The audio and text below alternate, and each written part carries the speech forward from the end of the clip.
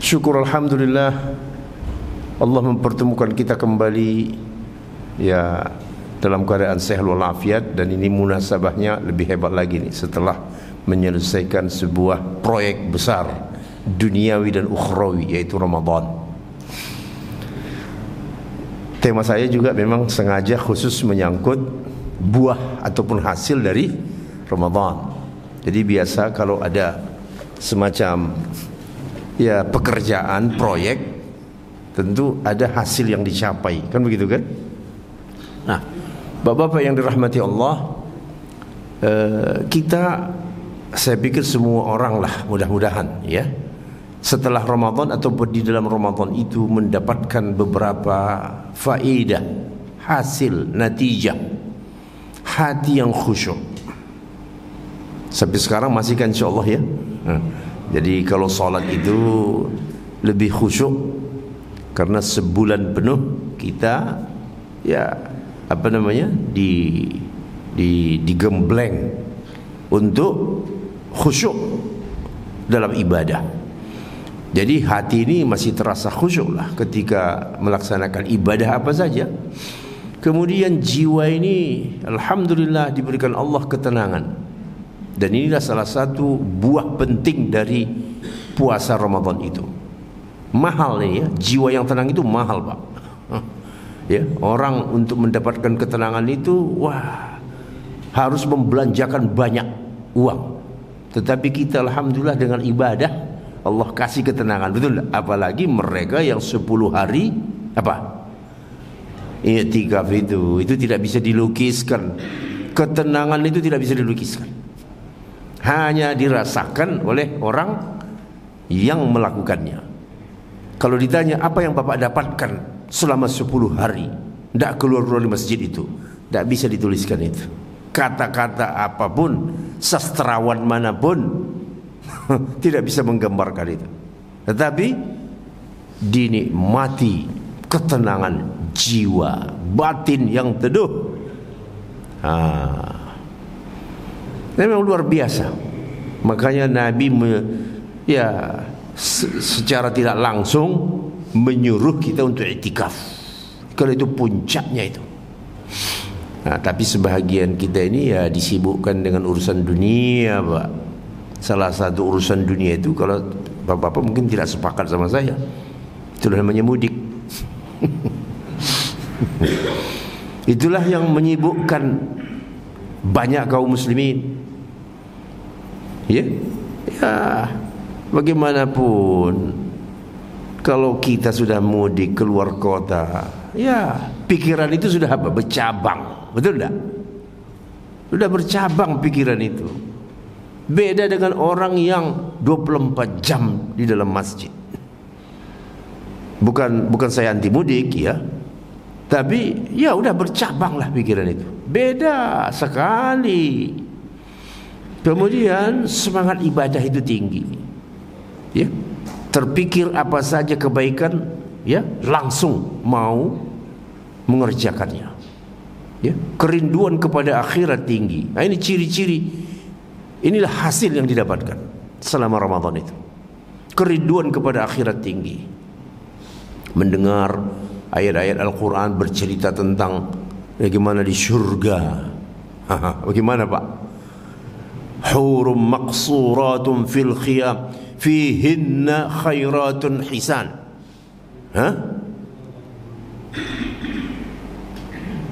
Fihima min kulli fakihatin zawjan. Ya Allah, di dalam surga itu, ini bukan kesannya porno, tetapi ya itulah kenikmatan yang Allah kasih. Ya, kenikmatan Allah yang kasih itu bidadari itu Pak. Yang siap, bukan menunggu, bahkan menggoda kita. Allahu Akbar. Itu hadiah dari Allah Ta'ala untuk orang beriman. Jadi ketika mendengar bagaimana di dalam surga itu buah-buahan, begitu terbayang, Bapak mau makan apa? Apa namanya itu? Janganlah anggur lah, biasa ya. apa namanya, strawberry. Di kita strawberry itu asam. Kemana saja Bapak, strawberry di Indonesia ini asam. Ya ada manisnya dikit, lebih banyak asamnya. Di surga itu tidak ada yang begitu itu. Nah, jadi begitu terfikir, apa saja terfikir langsung dengan rantingnya. Ya Allah. Bagaimana kalau kita mendengar itu? Kenikmatan yang tak bisa dibayangkan. Yang kita bayangkan kenikmatan yang pernah kita alami, kan gitu kan? Bagaimana tinggal di hotel bintang 5+, itu yang pernah kamu alami. Yang tak kamu alami, surga jauh lebih hebat dari apa yang kau tidak alami itu. Ya, fiha ma la 'ainun ra'at wa la udhunun sami'at wa la khatara bi bali ayyi insan. Tak pernah terbayang pun kenikmatan itu nanti yang bagaimana kalau mendengar kenikmatan itu nanti di surga. Rindu pada akhirat tak? Rindu kepada akhirat. Mudah menangis ketika kita mendengar yursalu alaikuma syuwadhum min narin wa nuhas. Ya Allah, bagaimana nanti itu orang-orang di dalam neraka, air timah disiramkan. Air timah. Yatufuna bainaha wa baina hamimin an. Surah Ar-Rahman itu kaya Pak dengan gambaran siksa neraka. Coba Bapak baca terjemahannya. Ya. Hadhihi jahannamul lati yukadzibu bihal mujrimun yatufuna bainaha wa baina hamimin an. Inilah jahannam yang dulu orang penjahat-penjahat itu mengatakan itu hoax. Sekarang waktu itu nanti dirasakannya lah itu.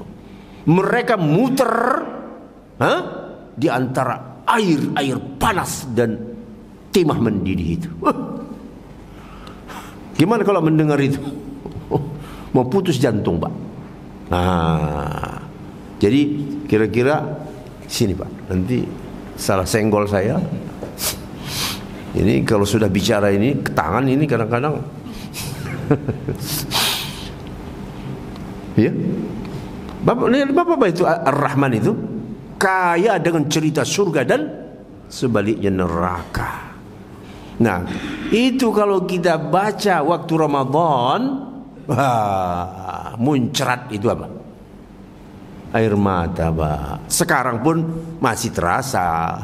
Kalau Bapak ya ada sendirian baca itu ayat-ayat di dalam surah Ar-Rahman sendirian ya, gak usah depan orang, gak ketahan itu air mata.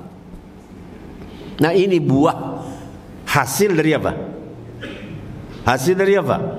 Ramadan. Kalau di luar Ramadan agak susah nangis Pak. Susah nangis, kenapa? Ya hati ini kan kotor. Dikotori oleh cinta dunia, betul tak? Ambisi-ambisi. Dikotori oleh apa lagi? Ya dosa. Siang malam kadang-kadang kita merasakan berdosa. Yang di kepala kita ini kan dunia aja isinya, walaupun gak punya belum. Ya, ego, ya, pantang terusik, pantang, ya, langsung marah, emosi. Kalau di dalam Ramadan itu kan semuanya apa ya? Rontok itu semua. Dunianya rontok, emosinya rontok, ya, ambisinya itu rontok. Yang terbayang kita akhirat. Apalagi kalau pagi-pagi dapat WA, begitu buka WA, inna lillahi wa inna ilaihi rajiun. Wah, tidak bisa ditahan Pak. Itulah buah dari Ramadan, hasil yang kita panen. Ya sudah barang tentu beda orang beda ya Pak ya. Wabil khusus tadi yang saya katakan itu orang-orang yang alumni 10 terakhir Ramadan. Itu alumni khusus itu Pak. Itu ya kira-kira Kalau bahasa universitas itu A+ itu. Ya, yang lolos dalam 10 hari terakhir. Ya, itu summa cum laude itu. Tentu hasil mereka ini ya tidak bisa dilukiskan. Gampang kasihan. Nah, ini dia nih. Karena memang ya begitu, hati itu tersentuh melihat orang susah. Begitu melihat orang susah, mendengar cerita orang susah, terbayang kita Palestina. Bagaimana di bulan Ramadan digempur oleh roket-roket mereka, bom mereka. Bagaimana puasa, rumah hancur. Ya, hidup di dalam kemah, diserang lagi kemahnya. La ilaha illallah. Sementara kita kunut nazilah pun berat. Betul ya? Kunut nazilah berat. Masih bertanya, itu bagaimana itu? Bid'ah gak itu? Astagfirullah, kamu cerita bid'ah.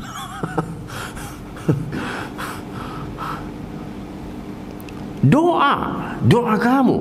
Kalau kamu gak bisa mengirim apapun ke sana, kirimlah doa. Kamu dalam keadaan berpuasa Ramadan, dekat dengan Allah. Mudah-mudahan rintihan kamu itu ya diganti Allah dengan an-nasru, kemenangan. Iya. Disiplin waktu. Ini kita rasakan sendiri ya. Ya, karena betul-betul waktunya terukur semua kan. Kapan masuk waktu asar, subuh, kapan kita harus ya mulai masuk puasa dari terbit fajar. Itu sudah terbiasa disiplin waktu itu. Dan kita tidak mau waktu kita terbuang. Ya. Maka itu sekarang pun masih terasa. Mikir-mikir, ini waktunya untuk apa nih? Kira-kira mendatangkan pahala enggak? Enggak mendatangkan pahala, ya udah dah. Mudah ingat dan kembali kepada Allah. Manusia tidak bisa lepas dari kesalahan. Tapi bedanya orang yang habis Ramadan itu gampang ingat, mudah ingat. Stop, ya Allah, saya kan baru puasa ya. Emosi terkendali, ya jelas. Salah satu buah Ramadan itu emosi orang yang berpuasa itu terkendali, nggak gampang. Dan emosi inilah yang memicu apa Pak? Kejiwaan. Ya, stres. Ya, itu gara-gara emosi yang tak terkendali. Tapi dalam Ramadan tiap saat emosi kita itu dikendalikan. Ya. Bagaimana kalau sempat saya marah-marah? Kira-kira puasa saya ini bernilai enggak di sisi Allah? Takut. Ya. Jadi salah satu sasaran Ramadan itu terkendalinya apa? Emosi. Tidak mudah terpengaruh godaan setan, dah iyalah. Orang yang berpuasa tidak mudah diusik oleh setan, Pak. Capek dia menggoda, gagal. Orang yang berpuasa. Kemudian hawa nafsu mereda. Artinya mereda ini apa? Bukan berarti mati. Kita tahu kan bahwa di dalam Islam ini tidak ada yang namanya membunuh hawa nafsu, tidak ada. Yang ada adalah mengendalikan hawa nafsu. Ya, sampai malam Ramadan pun ada ayatnya. Mengapai malam Ramadan, Pak? Mengapain di dalam Al-Quran disebut? Wah, uhilla lakum lailatas siyamir rafathu ila nisaikum. Bapak gak terpikir dia. Sampai-sampai masuk di dalam Al-Quran bahwa malam Ramadan itu halal apa? Jima. Sampai masuk dalam Al-Quran. Dihalalkan bagi kamu pada malam Ramadan itu rafathu ila nisaikum. Itulah. Jadi artinya apa? Syahwat bukan dibunuh. Jadi salah orang. Wah, kalau puasa itu syahwat harus dibunuh. Oh tidak. Tetapi disiplin malamnya ya puaskan kamu. Nah, bagaimana siang lemas, malam bersubuh makin kencang? Itu pemberian Allah itu. Pemberian Allah, Pak. Pemberian Allah, Pak. Kalau dipikir-pikir, siang puasa, malamnya letoy tidak? Lunglai tidak? Tetapi tidak. Orang berpuasa dikasih Allah kekuatan bersetubuh. Itu pemberian Allah, supaya orang manusia ini tahu bahwa puasa itu bukan meruntuhkan syahwat, bukan meruntuhkan syahwat. Iya, tidak usahlah saya sebut. Ada orang-orang ya ya membatalkan puasanya itu ya begitu. Iya, paham Bapak kan maksudnya? Membatalkan puasanya itu bukan dengan air minum, bukan dengan kurma. Pemberian Allah itu, Pak. Pemberian Allah itu. Membatalkan puasa itu dengan jima, Pak. Hah. Kok bisa begitu ya? Pemberian Allah. Kemudian mulut terjaga dari gosip, fitnah, hal-hal yang tak bermanfaat. Ya wajar memang begitulah. Syubhat-syubhat, ya. Kemudian sensitif dengan dosa. Sensitif dengan dosa. Nah, kalau sudah bicara dosa, maksiat, tidak ada damai. Ya, kemungkaran tidak ada damai. Kemudian otomatis ya benci dengan perbuatan maksiat itu. Jadi bukan justru ya suka dengan perbuatan maksiat. Ya. Beda dengan bersetubuh dengan istri yang halal, dengan zina, dengan perempuan yang haram. Jauh bedanya. Jangan kamu samakan. Ini kan sama-sama enak. Oh tidak. Yang satu itu neraka, yang satu itu halal, surga. Ya. Nah, kemudian juga persaudaraan makin akrab. Nah, ya. Persaudaraan makin akrab. Masya Allah, sama-sama lapar. Itulah yang mengikat kita. Apa yang mengikat kita? Iman. Jadi yang mengikat kita itu bukan suku, bukan kelompok, bukan jamaah, ya. Tetapi yang mengikat kita itu adalah keimanan. Kita alhamdulillah semua orang beriman. Karena Allah pun mengatakan ya ayyuhalladzina amanu kutiba alaikumusiyam. Kita sama-sama berpuasa ya, sama-sama beriman kepada perintah Allah. Jadi persaudaraan itu makin akrab. Beda kan kalau persaudaraan kekompakan karena profesi, itu enggak? Atau karena satu alumni, beda. Itu kompak kamu itu karena kepentingan, karena ada sesuatu yang mengikat kamu, alumni universitas ini. Itu enggak lama itu. Ketika terjadi beda kepentingan, kamu bisa bermusuhan, pecah kongsi namanya. Ya, tetapi kalau ikatan keimanan itu sampai kapanpun dia mati masih didoain, betul enggak? Itu ikatan keimanan itu. Meninggal si fulan, dia saudaramu seiman, Allah maghfir lahu warhamhu wa'afihi wa'afu anhu, sampai mati. Nah, pandangan hidup terislamkan, ini paling penting ini, Pak. Ya ayyuhalladzina amanu udkhulu apa? Udkhulu fis-silmi kafah. Pandangan hidup, Pak. Pandangan hidup kamu itu adalah Islam. Ya, jangan yang lain-lain. Jadi pandangan hidup itu sudah terislamkan. Menjauh dari kehidupan sekuler. Nah, kita betul-betul menyadari hidup kita ini dari sekolah, dari kecil pendidikan kita itu sekuler, Pak. Membedakan ini dunia, ini akhirat. Ya. Jadi itulah yang membentuk pikiran kita sampai kita keluar dari universitas. Itu semuanya itu kehidupan sekuler. Jadi kalau sudah tidak bicara soal agama, itu tak usah kait-kaitkan dengan agama. Nah, itu kan yang sekuler itu. Padahal di dalam Islam semua hidup kamu itu harus tunduk kepada apa? Allah. Ajaran Allah. Inna salati wa nusuki wa mahyaya wa mamati. Hidupku, matiku lillahi rabbil alamin. Tidak ada pengecualian. Ya, usahamu tundukkan kepada Allah, tundukkan kepada hukum syariat Allah Ta'ala. Tidak suka dengan faham-faham yang menyimpang. Itulah dia faham sekuler, faham liberal, faham pluralis. Ya, yang sekarang ini sesuai dengan era keterbukaan. Betul tak? Semuanya orang jualan, Pak. Jualan liberal, jualan pluralisme. Ini semuanya komoditas nih. Ya, bebas memasarkannya, internet. Jadi kalau salah-salah masuk ke website mereka, ya kamu bisa hancur, akidahmu bisa rusak. Ya, makanya jauhi itu website mereka itu. Kemudian kritis melihat gerakan pemurtatan. Aneh, masih ada orang yang meragukan pemurtatan itu. Mana ada itu pemurtad? Astagfirullahalazim.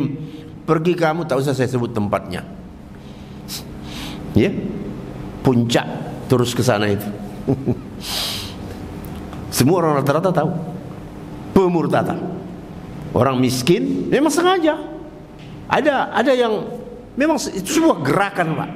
Miskin datang, silakan. Mau minjam bantuan, bawa surat tanah. Sudah ada menunggunya. Surat tanah, sertifikat, gadaikan. Terakhir kamu gak bisa bayar sertifikat, mau lolos, mau lepas, ya pindah KTP, pindah. Wah, jahat mereka itu, Pak. Jahat sekali. Silakan cari tahu. Ya, pemurtadan itu. Justru artinya di daerah yang kita tahu, daerah-daerah yang kental Islamnya, tetapi dicoba oleh Allah dengan kemiskinan. Jadi kemiskinan yang membawa mereka jadi murtad. Kira-kira apakah kita ketika mendengar berita-berita ini cuek-cuek saja? Tidak boleh cuek. Ya, kita tahu bahwa ada saudara kita yang dimurtadkan karena kemiskinan. Dia terdesak, tergadai, segala-galanya sudah tergadai, tidak boleh kamu diam. Kemudian menghidupkan kembali ibadah. Masya Allah, setelah selesai Ramadan, ya saya pikir setiap masjid masih ramai lah ya, salat berjamaah itu. Ya, kemudian Allah dan Rasulnya, Nabi kita sallallahu alaihi wasallam, ya menyunnahkan untuk berpuasa 6 hari. Nostalgia, Pak. Ya, nostalgia. Mengingatkan ya hari-hari yang indah. Ya. Menjaga gairah tahajud. Habis Ramadan itu mungkin jam 2, setengah 2, mata ini sudah melek. Betul dah, Pak? Ya, jam setengah 2 udah melek mata. Mau ngapain? Kalau tidak sholat. Iya. Jadi itu salah satu hasil dari Ramadan. Menjaga itu tadi, semangat membaca Al-Quran. Ya. Jadi kalau bisa selama Ramadan itu mungkin 2 kali khatam. Kira-kira bagaimana ini? Tantangan juga ini ya. Tantangan setelah Ramadan. Ya. Ada orang-orang yang 2 kali khatam, ada yang lebih dari 2 kali khatam. Setelah Ramadan berapa juz sudah sesudah Syawal? Ya. Ini memang betul ya ujian, Pak ya. Kenapa gairah membaca Quran itu hebat sekali waktu Ramadan, tetapi berakhir Ramadan gairahnya ya menurun, semangatnya menurun. Tapi paling tidak jangan sampai 1 hari itu tangan tidak membolak-balik Al-Quran. Walaupun mungkin ya alamilah ya, alami menurun itu alami yang kalau ada yang bisa bertahan ya hebat betul lah itu. Bisa 1 juz sehari setelah berakhir Ramadan, wah itu luar biasa itu. Nah, memperkaya wawasan dengan buku-buku Islam. Nah, ini harus ya. Jadi mungkin selama Ramadan itu kita menunda bacaan-bacaan. Tetapi ya bacaan itu mutlak menambah ilmu, wawasan. Ya. Sudah barang tentu dari penulis-penulis yang terpercaya. Jangan salah baca pula. Jangan salah mendengarkan postingan. Ada postingan ya, umpamanya dari seorang tokoh, hidup ini harus kita bangun dengan cinta. Semangat cinta kepada siapa saja cinta. Artinya kata dia, maksud dia itu apa? Kamu tetap memupuk rasa cinta kepada yang kafir pun jadi, yang fasik pun kamu tetap apa benar?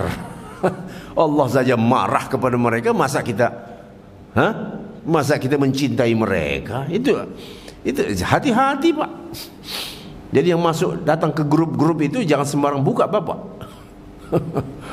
Ya. Ada tokoh-tokoh tertentu yang ya, ada yang lebih parah lagi itu. Saya dapat juga itu di grup gitu ya. Memang ya dari dulu ini orang ini memang kontroversi. Masa sih Allah itu benci sekali dengan Yahudi dan Nasrani? Ada di dalam hadis dikatakan bahwa kalau orang meninggal Muslim itu Allah mengatakan ke dia, tempatmu di neraka, lalu digantikan seorang Yahudi dan Nasrani. Artinya kau masuk surga digantikan tempatmu Yahudi. Apa benar ini hadis? Pernah Bapak lihat ini? Dapat gak itu? Pernah dapat gak postingan itu? Ya kalau nggak dapat sih syukur.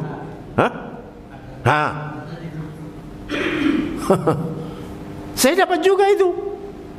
Coba itu kalau masuk ke HP orang yang agamanya apa? Pas-pasan.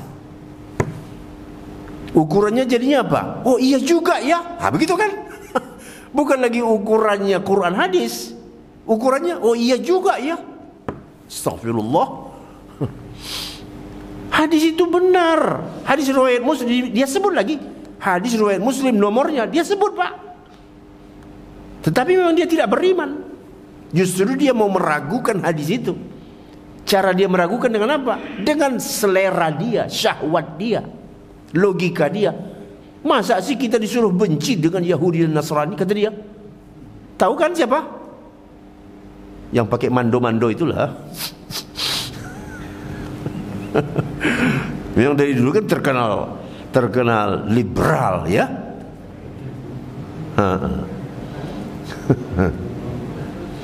La ilaha illallah. Kamu meragukan hadis Nabi. Ya. Allah sendiri mengatakan, "Wa ma yantiqu 'anil hawa in huwa illa wahyu yuha." Tidak ada yang keluar dari mulut Nabi itu melainkan wahyu. Berarti kamu meragukan kebenaran wahyu hanya dengan apa? Akal-akalmu yang rendah itu. Akal orang yang hebat percaya kepada wahyu. Karena wahyu itu tidak bisa diragukan, pasti benarnya. Kalau omongan profesor siapapun dia, apa pasti benar? Ya tidak. Kecuali omongannya itu sesuai dengan wahyu baru kita pegang. Jadi hati-hati, Pak, membuka ya postingan di grup-grup ya yang meragukan kebenaran agama, yang mengajak, kelihatannya memang bagus ya, kita membangun hubungan atas dasar cinta, kelihatannya manis ya. Tetapi isinya apa? Racun. Cinta kepada siapa? Kekafiran. La ilaha illallah. Jadi memperkaya wawasan dengan buku-buku Islam. Buku-buku ini banyak, apalagi sekarang ini zaman PDF ya. Jadi kita cukup download saja gitu ya. Nah, tapi jangan salah download. Jangan murid orientalis. Kalau sudah terkait dengan pikiran-pikiran orientalis sudah, ya delete aja udah itu. Jangan ada di file Bapak itu. Nanti kebaca, ya. Memperbanyak sedekah. Masya Allah. Kalau dalam Ramadan itu kalau bersedekah itu nggak hitung-hitung ya. Gak hitung-hitung, begitu dengar infak Palestina langsung, ya, ada orang yang memerlukan ini langsung. Maka apakah itu bisa bertahan dengan sedekah? Kita tahu teman kita ada yang ya mata pencahariannya berkurang, ya, income-nya menurun. Siapa lagi yang kita bantu kalau tidak saudara sendiri, betul enggak? Menjalin silaturahim dan persaudaraan muslim. Nah, ini memang salah satu ikon Syawal itu silaturahim, betul enggak? Ya, ini ikonnya silaturahim, dan itu ya Masya Allah, itu kebanggaan kita itu bersilaturahim, ya, wabil khusus kepada orang-orang yang menunjuki kepada kita kebenaran. Nah, siapa? Ya ustaz-ustaz kita lah. Betul tak? Yang memberikan kepada kita ilmu. Maka bersilaturahim dengan mereka ini ya suatu hal yang ya apa namanya, ya seharusnya ya mendukung semua proyek Islami. Artinya hal-hal yang menguntungkan Islam, kita ada di sana. Itu sebutlah proyek-proyek Islami. Mengurangi hiburan, ya, udah berhentilah. Alhamdulillah kata bapak saya, sudah Ramadan ini sudah mendengar musik itu sudah nek saya. Berarti itu sudah pertanda itu. Ya. Kalau sudah bapak merasakan nek dengar musik itu, itu sudah pertanda itu. Masya Allah. Ya. Pola pikir bapak udah berubah. Kalau dulu saya nggak bisa berhenti dari musik. Ya. Tapi kata bapak, alhamdulillah selama Ramadan ini, ya, saya begitu indah merasa bahagia dengan Quran. Kalau sudah mendengar musik itu memuntah saya. Itu udah hebat itu. Ya. Menghentikan perbuatan yang tak bermanfaat, merugikan, seperti, tolong dibaca Pak, apa itu, saya kurang lihat tuh. Oh begitu ya. Begitu ya. Saya kadang-kadang agak jauh ini jadi.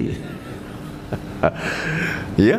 Nah, kalau kita sudah tahu itu perbuatan secara dunia tak bermanfaat, merugikan, menimbulkan penyakit, kenapa? Ya, kenapa masih dipertahankan itu? Udahlah. Bukan 1-2 berita yang kamu dengar orang mati, paru-parunya hancur. Jadi saya baru 2-3 hari ini anak saya lagi koas. Jadi disuruh oleh seniornya, ya begitu kan, anak-anak koas kan disuruh sama ya dokternya, itu ada pasien, coba tanganin itu, periksa ininya. Jadi ada satu pasien yang satu paru-parunya itu udah hancur Pak. Ya, udah azan ya, azan dulu lah. Ya, baik kaum muslimin rahmati Allah Taala. Mengurangi hiburan, ya. Ya, hiburan kita itu ya Quran. Paling banter ya nasyid. Jangan sampai juga nasyid juga diharamkan. Ya. Nasyid itu ya dari zaman Nabi pun ada. Coba yang persoalan itu kan ketika dengan alatnya.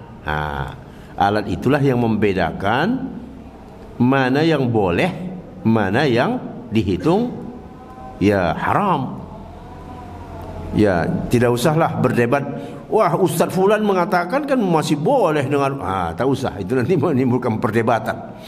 Bagaimanapun yang namanya musik itu melalaikan, jauhi. Ya, tidak ada yang namanya, wah sesudah mendengar musik ini saya jadi khusyuk salat. Apa ada kejadian? Ngaco itu. Ya, ya udah tinggalkan saja sudah. Gak usah pusing kamu dengan perdebatan. Ustadz A bilang begini, Ustadz B bilang begini. Ya, cukup kamu hidup dengan Al-Quran. Dengarkan suara-suara imam-imam, ya, Masjidil Haram, Mesir dan seterusnya.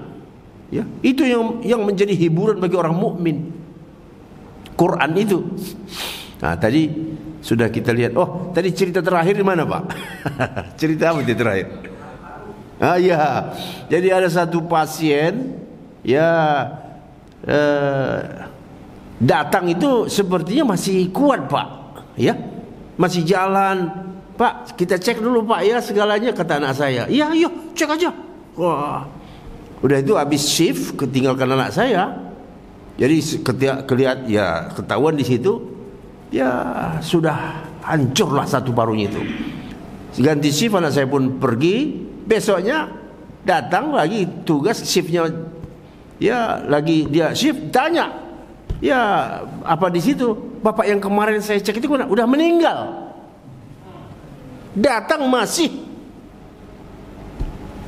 Ketika tanya anak saya, Bapak dulu merokok? Oh, dari muda saya merokok itu sampai tua. Udah dengar begitu, dan kita juga mengalami batuk-batuk. Ya Allah, masih saja. Apa gunanya? Ini barangkali itu orang-orang yang perokok ini perlu diruqyah, Pak. Itu ada setan di badan itu yang enggak, ya itu yang marah kalau sempat dibicarakan rokok itu, marah itu setan itu. Perlu diruqyah memang. Ya, kalau dikasih informasi satu batang rokok itu mengandung ribuan zat kimia beracun, ya masih dia cari alasan lagi tuh. Ya, mohon maaf ini ya. Apalagi yang sudah jelas haram, pinjol, judi online, ya, menjauhi fitnah, gosip, sikap mendua, ya. Ini saya kebetulan saya ini Pak buka ya grup DSN ya Pak ya, ada yang memposting, aduh sedih juga kadang-kadang. Saya tidak perlu sebut banknya, bank titik-titik salurkan 3,24 triliun ke grup usaha Sinarmas Paper. La ilaha illallah. Kalau bank tadi yang membiayai bank riba, kita bilang ya sesama dia, setan dengan setan gitu ya, kerjasama. Tetapi banknya ini bank menyalurkan 3, triliun ke grup usaha Sinarmas Paper. Yang terkenal ini perusahaan ini, ya, sudah apa namanya di sini? Prestasi kekejaman Sinarmas yang rutin membabat hutan. Ya, Greenpeace mengganjar Sinarmas sebagai perusak lingkungan dunia. Kok justru ada lembaga keuangan yang mengasih 3,2 triliun? Mendengar berita ini Bapak pasti geram kita kan? Geram kita. Aduh, kenapa begini? Yang seharusnya tahulah kamu mana yang harus dibantu, betul enggak? Ya, proyek-proyek yang katakanlah ada usaha yang islami untuk kemanusiaan saja, boleh, baguslah kamu bantu. Ini yang merusak lingkungan kamu bantu. Nah ini kira-kira lah. Jadi orang yang berpuasa itu makin tajam apanya Pak? Sensitivitas makin tajam. Itu yang saya bilang tadi di awal ini ya. Orang-orang berpuasa itu makin tajam, makin kritis. Menjauhi perbuatan yang terindikasi syirik, khurafat, takhayul. Nah, ini kita ya sudah lama kita tahu ya, bahwa penyakit di antara penyakit masyarakat ini ada namanya TBC. Itu dari istilah dulu TBC. T-nya itu apa? Takhayul. B-nya itu bid'ah. C-nya itu apa? Syirik. Iya, takhayul, bid'ah dan syirik. Ya, masuk di situ khurafat lah. Itu surah 11-12 itu. Tidak sibuk dengan isu-isu yang diciptakan oleh musuh. Nah, kadang-kadang ya begini, kita ini ya musuh itu jago Pak menciptakan isu supaya kita larut di situ. Isu besar tidak. Salah satu isu besar banyaknya PHK Pak. Ribuan dari setiap pabrik itu orang yang di PHK. Ya, bagaimana mereka ini menambah jumlah daftar orang-orang miskin? Dan itu tidak menjadi pembicaraan Pak. Ya Allah, akhirnya ya kemana? Pemurtatan akan marak, betul enggak? Perbuatan maksiat, ya orang lapar. Baik, karena masih bisa sedikit lagi. Ya, oke. Nah, langsung kita masuk tes keimanan. Udah puasa, sudah. Sekarang kita tes.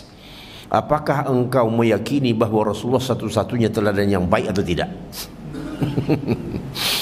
Yang menjawab hati nurani, Pak, bukan mulut. Tanyakan pada dirimu, apakah Al-Quran sumber kebenaran satu-satunya?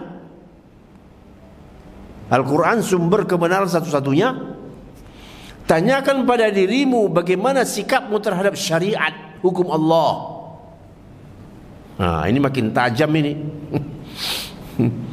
Ada orang-orang yang mengatakan, ya lihat-lihat dulu hukumnya. Astagfirullah. Ya. Ya, kalau yang melanggar HAM ya tidaklah. Astaghfirullahaladzim.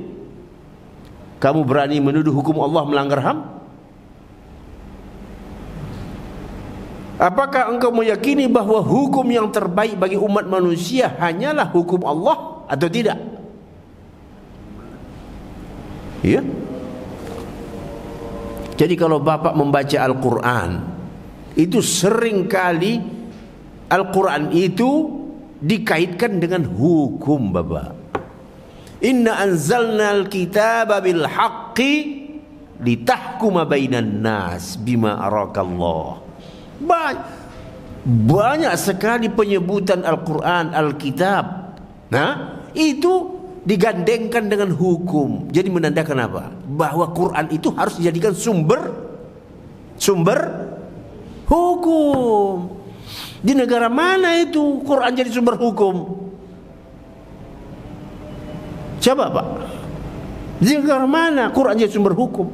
Yang menjadi sumber hukum otak-otak Belanda itu. Betul? Kira-kira puas gak kita? Puas gak kita dengan keadaan seperti itu? Sumber hukum kita adalah hukum Belanda. Maukah namanya Eropa kontinental, namanya itu istilah mereka ya, Anglo-Saxon, Eropa kontinental, itu semuanya hukum jahiliyah. Itulah yang kamu jadikan sebagai hukum, sumber hukum. Ya. Apakah engkau meyakini bahwa hukum yang terbaik, sudah itu tadi ya. Apakah engkau meyakini hukum qisas sebagaimana engkau meyakini wajibnya puasa Ramadan? Nah, karena bedanya itu di dalam suratul Baqarah cuma jaraknya 5 ayat, Pak. Saya bacakan ya. Tentang puasa, Allah berfirman, ya ayyuhal, lihat Bapak, dengar Bapak redaksinya. Ya ayyuhalladzina amanu kutiba alaikumus shiyam. 5 ayat sebelumnya, ya ayyuhalladzina amanu kutiba alaikumul qisas. Sekarang pertanyaan, penyikapan umat Islam beda enggak? Beda tidak? Beda. Menganggap qisas itu melanggar HAM. La ilaha illallah. Bahaya, Pak. Ini masalah keimanan loh. Jangan kamu anggap ini yang penting saya sholat. Akidah itu tidak dibatasi hanya soal ibadah sholat saja. Ya.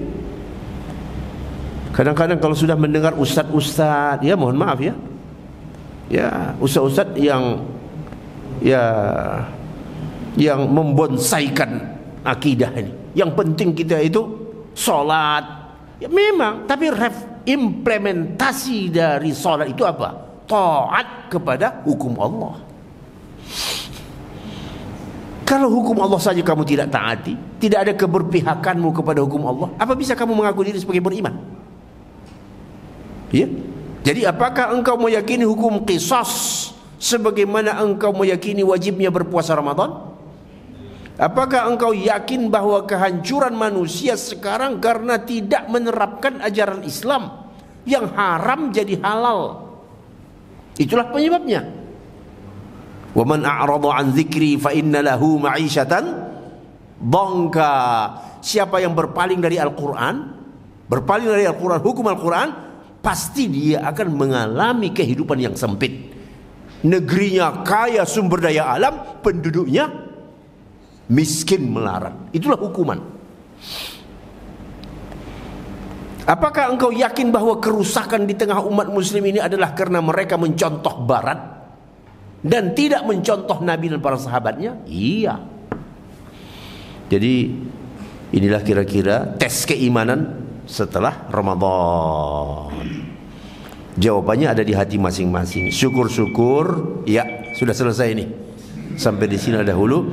Aqulu qawli hadza wa astaghfirullah. Wassalamualaikum warahmatullahi wabarakatuh.